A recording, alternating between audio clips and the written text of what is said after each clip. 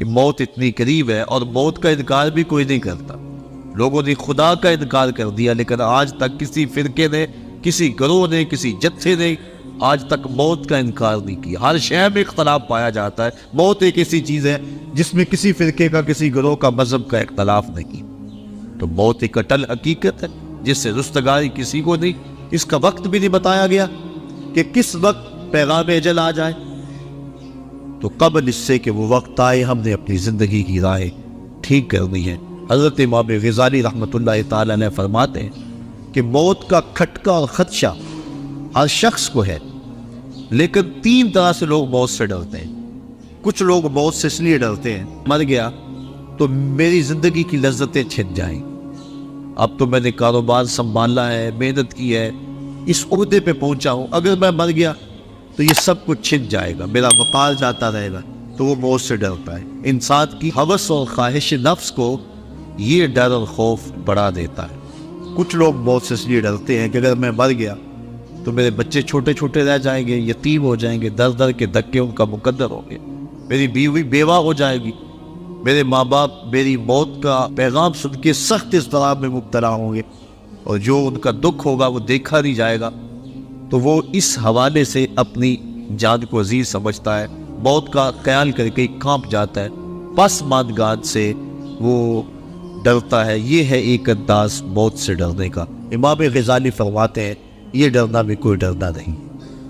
اور تیسرے لوگ موت سے اس لیے ڈرتے ہیں کہ اگر میں اچانک مر گیا تو میرے پلے کون سا نیک عمل ہے جو لے کر اللہ کے حضور پیش ہو سکوں.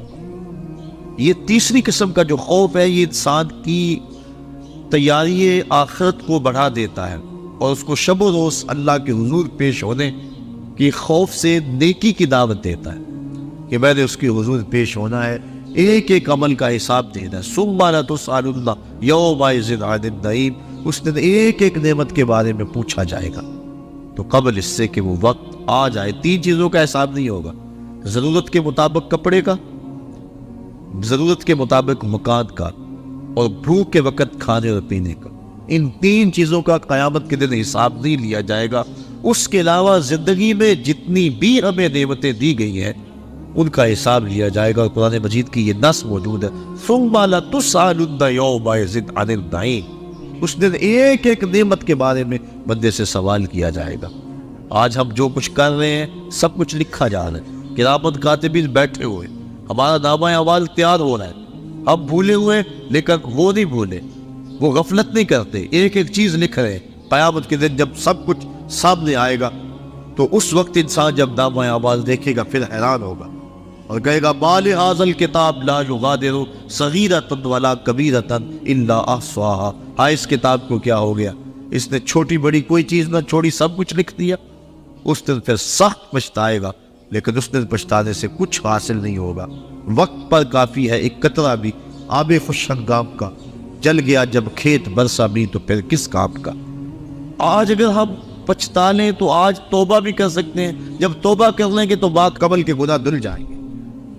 اور اگر ہم غفلت میں زندگی گزار دیتے ہیں تو کل قیامت کے دن انسان کو سخت پچھتاوا ہوگا. اور پھر اچانک موت پتہ ہی نہیں ہے، بندہ اپنی توبہ کو مؤخر کرتا رہتا ہے. اس کو کہتے ہیں طول عمل، مؤخر کرتا ہے. تبھی میری بڑی زندگی بڑی ہے. بعض وقت کسی کو کہے نا نیکی کی دعوت ہے، وہ کہتا ہے جناب بس میں ریٹائرمنٹ لے لوں، اس کے بعد انشاءاللہ میں نے بچوں کی شادیاں کرنی ہیں، پھر حج کرنا ہے، پھر میں ہوگا اور مسجد ہوگی. یہ اس طرح بات کر رہا ہے جس طرح سب کچھ اس کے ہاتھ میں ہو، جس طرح سب کچھ اس کے قبضہ اختیار میں ہو. کوئی کچھ بول رہا ہے، کوئی کچھ بول رہا ہے. یہ طول عمل، لمبی امید اور توبہ کو مؤخر کرتے چلے جانا یہ بہت بڑی محرومی ہوتی ہے. اللہ اگر توفیق دے دے توبہ کی اور اللہ سوچ اور فکر دے دے تو دیر نہیں کرنی چاہیے. اللہ امام غزالی رحمۃ اللہ تعالیٰ علیہ فرماتے ذرا دیکھو معاشرے میں نظر دوڑا کے، بوڑھے زیادہ ہیں، بچے زیادہ ہیں یا جوان زیادہ ہیں؟ آپ فرمایا تم کو جوان بوڑھوں سے زیادہ نظر آئیں گے، بوڑھے کم نظر آئیں گے. کسی بھی مجلس میں آپ تجزیہ کر کے دیکھ لیں. فرمایا اس لیے کہ بڑھاپے تک کوئی پہنچتا، زیادہ جوانی میں فوت ہو جاتی. پھر فرمایا اب جوانوں اور بچوں کا اندازہ کر کے دیکھ لو، کسی گھر میں کسی محفل میں دیکھ لو کہ بچوں کی تعداد زیادہ ہوگی، نوجوان کم ہوں گے. اس کا مطلب یہ ہوا کہ لوگ زیادہ بچپن میں فوت ہو جاتے ہیں، جوانی تک کم پہنچتے ہیں۔ تو انسان عمر کے اس حصے تک توبہ کو مؤخر کرتا ہے جہاں تک جانا انتہائی مشکل ہے، اور پھر اس وقت اگر پہنچ بھی گیا جب اعضاء میں توازن نہ رہا، عناصر میں اعتدال نہ رہا، چلنے پھرنے کے قابل نہ رہا، تو پھر کیا عبادت کرے گا؟ در جوانی توبہ کردن شیوائے پیغمبری، وقت پیری گرگ ظالم بھی شبت پرہیزگار۔ اللہ کے محبوب صلی اللہ علیہ وسلم نے ارشاد فرمایا 7 اشخاص ہیں اللہ جنہیں اپنے عرش کا ٹھنڈا سایہ نصیب فرمائے گا۔ ان میں سے ایک شخص فرمایا وَشَابٌ نَشَأَ فِي عِبَادَةِ اللَّهِ، وہ شخص جس کی جوانی اللہ کی عبادت میں گزری۔ کہا جاتا جوانی مستانی ہے، لیکن جس نے دکیل ڈال لی جوانی کو اور کھینچ کے اس کو در محبوب پہ لے آیا اور اس پیشانی کو چکا کے مالک کی چوکھٹ پہ رکھ دیا، آج تو لوگ اسے کہیں گے یہ مسیطر ہو گیا، اسے کیا پتا دنیا کیا ہے، لیکن کل قیامت کے دن قدر و قیمت معلوم ہوگی اس مسیطر کی، اس کو کتنی اللہ عزت دیتا ہے۔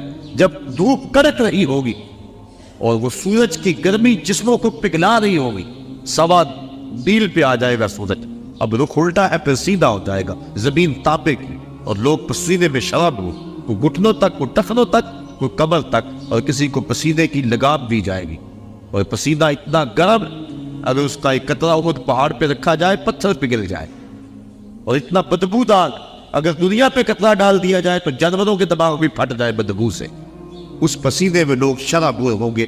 لیکن فرمایا 7 اشخاص ایسے ہیں کہ جنہیں اللہ اپنے عرش کا ٹھنڈا سایہ نصیب فرمائے گا، ان میں سے ایک شخص وَشَابٌ نَشَأَ فِي عِبَادَةِ اللَّهِ، وہ جوان جس نے اپنی جوانی اللہ کی عبادت میں گزاری۔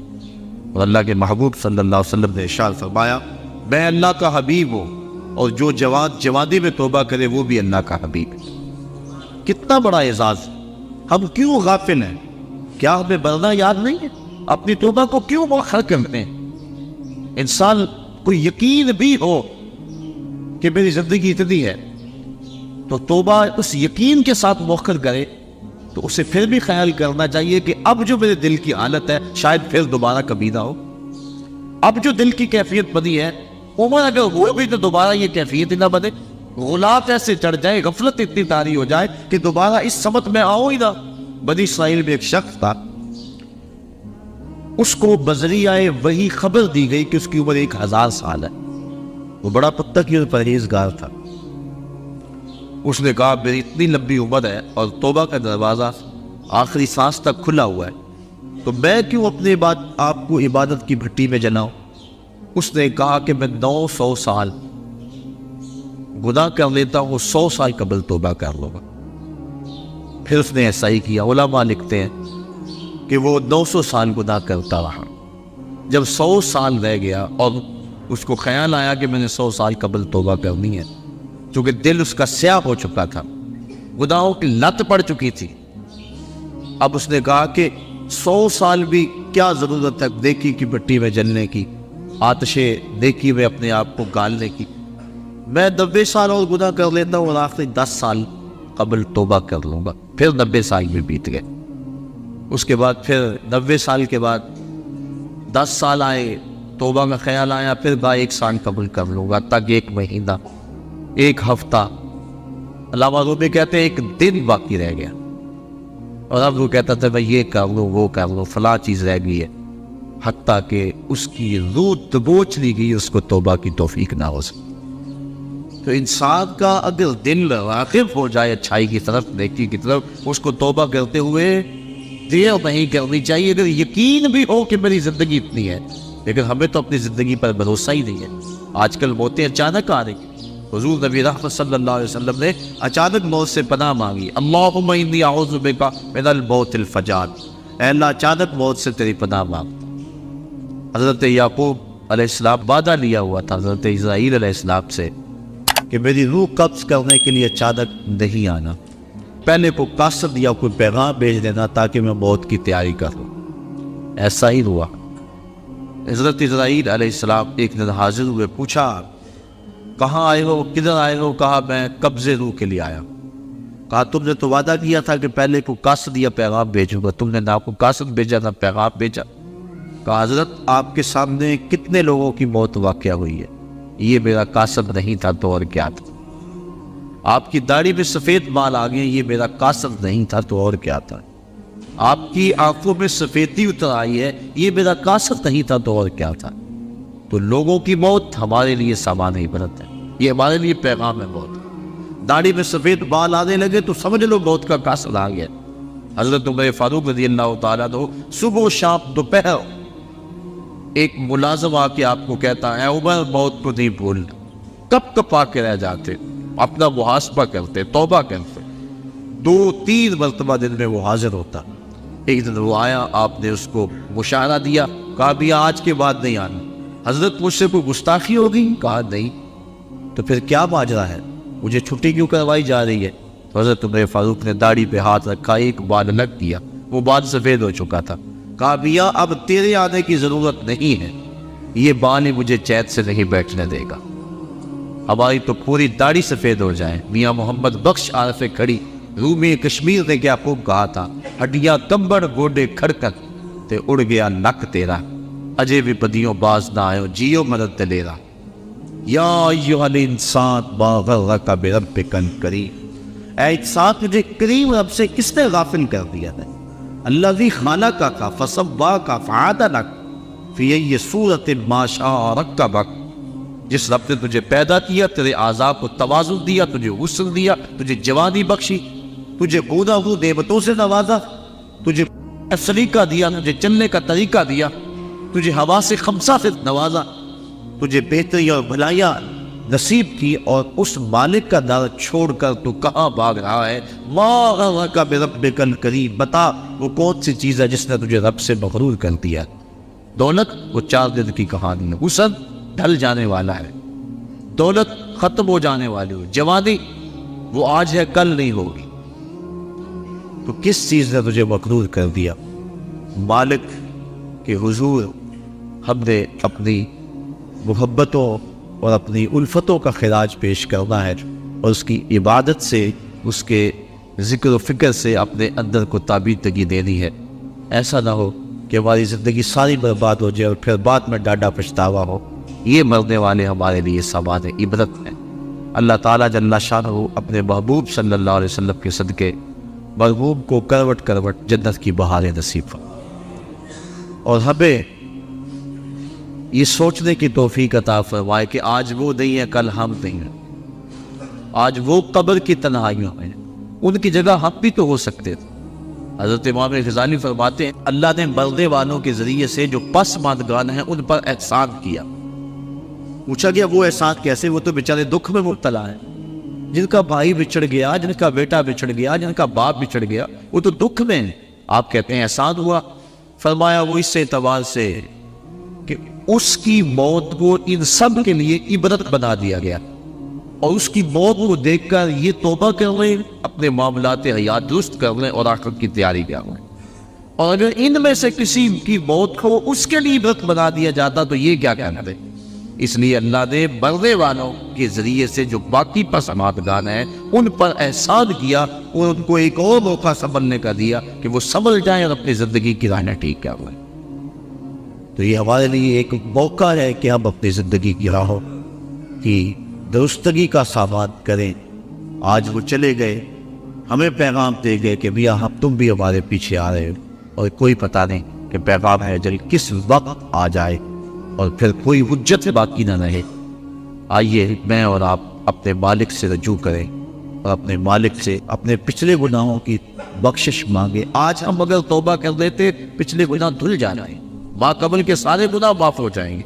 حضور نبی رحمت صلی اللہ علیہ وسلم نے ارشاد فرمایا التائب من الذنب کمن لا ذنب لہ، گناہ سے توبہ کرنے والا ایسا ہوتا ہے جس طرح اس نے گناہ کیا کوئی، بالکل اللہ صاف اور پاک اسے فرماتا ہے جس طرح ماں کے بدن سے ابھی اس نے جنم لیا۔ اگر آج ہم توبہ کر لیتے ہیں تو ماضی صاف ہے اور آئندہ اپنی زندگی کو احتیاط سے گزاریں، لیکن آج اگر ہم توبہ نہیں کرتے، رجوع نہیں کرتے، اور ہمارا بوجھ بڑھتا چلا جاتا ہے، اور اگر توبہ کی توفیق بھی نہیں ہوتی اور اچانک موت ہماری روح کچک لیتی ہے، تو پھر آخرت کے معاملے تو بڑے سخت ہیں۔ تو قبل اس سے کہ وہ وقت آئے اور پھر پچھتاوا لگے، مجھے اور آپ کو آج ہی اپنی اصلاح کرنی چاہیے۔ اللہ تعالیٰ جل شانہ مرحوم کو کروٹ کروٹ اپنے جواری رحمت میں جگہ نصیب فرمائے اور پسماندگان کو صبر کی نازوان دولت عطا فرمائے، چونکہ مشکل کے موقع پہ صبر ہی اجر کا باعث بنتا ہے۔ اللہ کے محبوب صلی اللہ علیہ وآلہ وسلم نے صبر کی تلقین فرمائی جب ایک خاتون راستے میں حضور نے دیکھا کہ وہ رو رہی ہے، وَاصبری یا امۃ اللہ، اے اللہ کی لونڈی صبر کرو، کیونکہ اگر انسان صبر نہیں کرے گا تو کیا کرے گا؟ جانے والے تو واپس نہیں آئیں گے، وہ تو چلے گئے۔